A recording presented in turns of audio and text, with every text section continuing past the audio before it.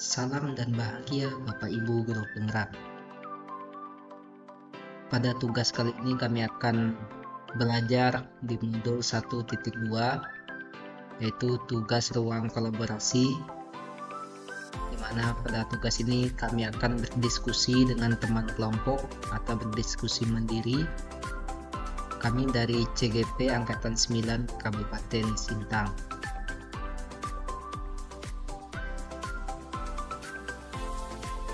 Pada modul 1.2 di ruang kolaborasi, kami akan belajar tentang nilai-nilai dan peran guru penggerak.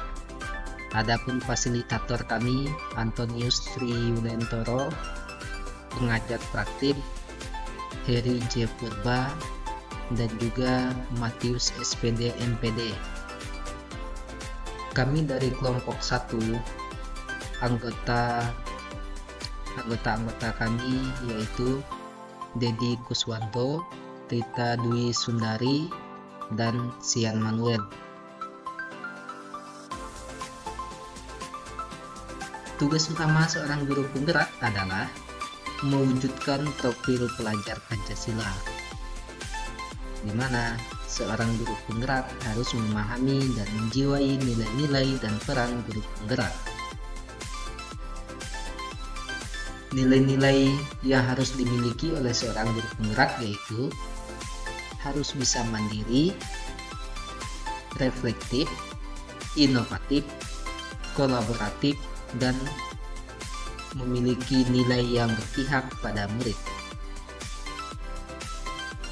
Adapun peran seorang guru penggerak yaitu menjadi pemimpin pembelajaran, mendorong kolaborasi antar guru, menggerakkan komunitas praktisi, mewujudkan kepemimpinan murid, dan menjadi coach bagi guru lain.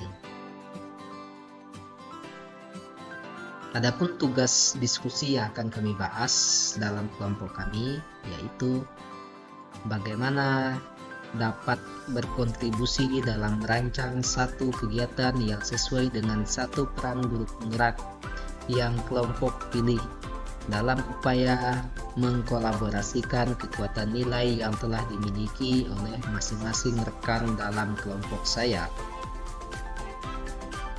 Adapun kekuatan nilai yang ada pada kelompok kami yaitu dari Pak Dedi Kuswanto adalah berpihak pada murid. Menurut pembelajaran yang telah disampaikan, Pak Dedi lebih merubah karakter murid.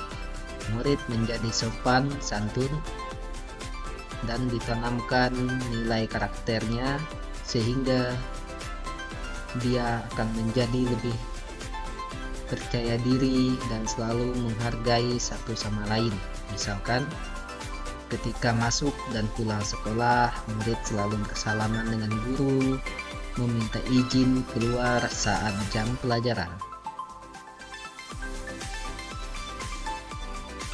Adapun kekuatan nilai yang dimiliki oleh Ibu Rita Dwi Sundari adalah berpihak pada murid. Dalam proses pembelajaran dan pendidikan, Ibu Rita selalu terbuka pada murid sehingga murid berani mengungkapkan pendapatnya.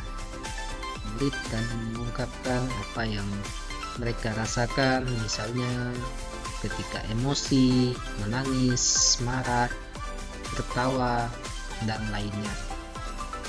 Kemudian memberikan kebebasan kepada murid untuk mengembangkan kompetensi sesuai dengan kodratnya, baik dia kodrat alam maupun kodrat zaman. Adapun kekuatan nilai dari saya, Sian Manuel, adalah kolaboratif. Dalam proses pembelajaran dan pengajaran pendidikan, saya selalu membangun hubungan kerjasama yang baik secara menyeluruh dengan teman sejawat dalam membahas pemanfaatan media sebagai sumber belajar, gunanya untuk mengembangkan dan menciptakan pembelajaran yang selalu berpihak kepada murid. Adapun satu kekuatan peran guru penggerak yang kami sepakati, yaitu mendorong kolaborasi dengan menguatkan nilai-nilai yang berpihak kepada murid.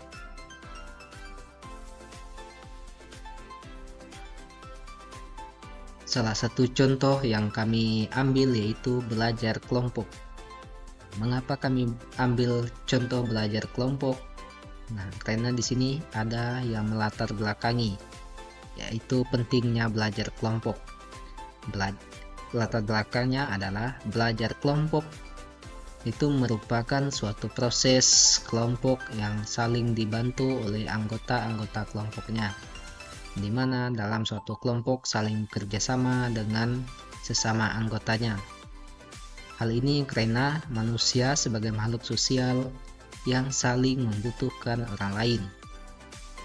Adapun tujuan dari belajar kelompok yaitu agar anak dapat bersosialisasi dan bekerja sama, mampu berinteraksi dengan teman-teman lain, berdiskusi dengan tidak memaksa kehendak atau saling toleransi, dan argumentasi dengan akal yang sehat. Adapun nilai-nilai yang muncul dalam kegiatan belajar ataupun kerja kelompok yaitu anak-anak saling terbuka, saling menghormati, dan mandiri. Kegiatan yang kami lakukan dari ketiga nilai di atas yaitu berdiskusi atau kerja kelompok, membuat kolase atau membuat sketsa gambar. Nah, dengan berdiskusi, kelompok akan meningkatkan berbicara yang efektif bagi peserta didik dan dapat menemukan ide-ide baru. Berdiskusi juga, anak-anak diberi kebebasan dalam membuat sketsa gambar sesuai dengan ide-idenya masing-masing, dan anak menjadi mandiri serta anak tidak mengalami rasa kejenuhan. Kerja kelompok juga akan membiasakan anak untuk saling berkolaborasi dengan teman-teman, dengan pendidik, orang tua, dan masyarakat sekitar, sehingga dapat mencapai tujuan bersama. Adapun rancangan kegiatan diskusi atau belajar kelompok, yang pertama adalah pembukaan. Kita membiasakan anak untuk membuka suatu kegiatan dengan doa, karena kita sebagai umat beragama saling percaya dengan adanya Tuhan. Nah, kemudian menyampaikan tujuan pembelajaran yang akan dicapai. Selanjutnya, membagi siswa duduk secara berkelompok. Kemudian, guru membagikan kertas HPS dan lem pada tiap kelompok. Kemudian untuk setiap kelompok membawa biji-bijian yang berasal dari alam. Dan contohnya seperti lada, jagung, dan padi. Siswa saling bekerja sama dalam menyelesaikan tugas di dalam kelompoknya masing-masing. Misalkan mereka membuat apa sesuai dengan ide-idenya masing-masing. Selanjutnya, siswa mempresentasikan hasil kerja kelompoknya, kemudian guru memberikan penguatan dari hasil karya kelompoknya masing-masing. Selanjutnya, guru merefleksi pembelajaran yang telah berlangsung. Kemudian yang terakhir adalah penutup yang diakhiri dengan doa. Tolak ukur dari keberhasilan kerja kelompok yaitu 1. Tercapainya kerjasama dengan baik. 2. Anak dapat bertanggung jawab. 3. Anak dapat mengkomunikasikan apa yang dirasakan dalam diskusi. Nah, dari hasil diskusi kelompok ini merupakan bukti aksi nyata yang telah kami lakukan. Selanjutnya, aksi nyata ini akan kami bagikan ke teman sejawat, komunitas belajar, dan juga dibagikan di media sosial.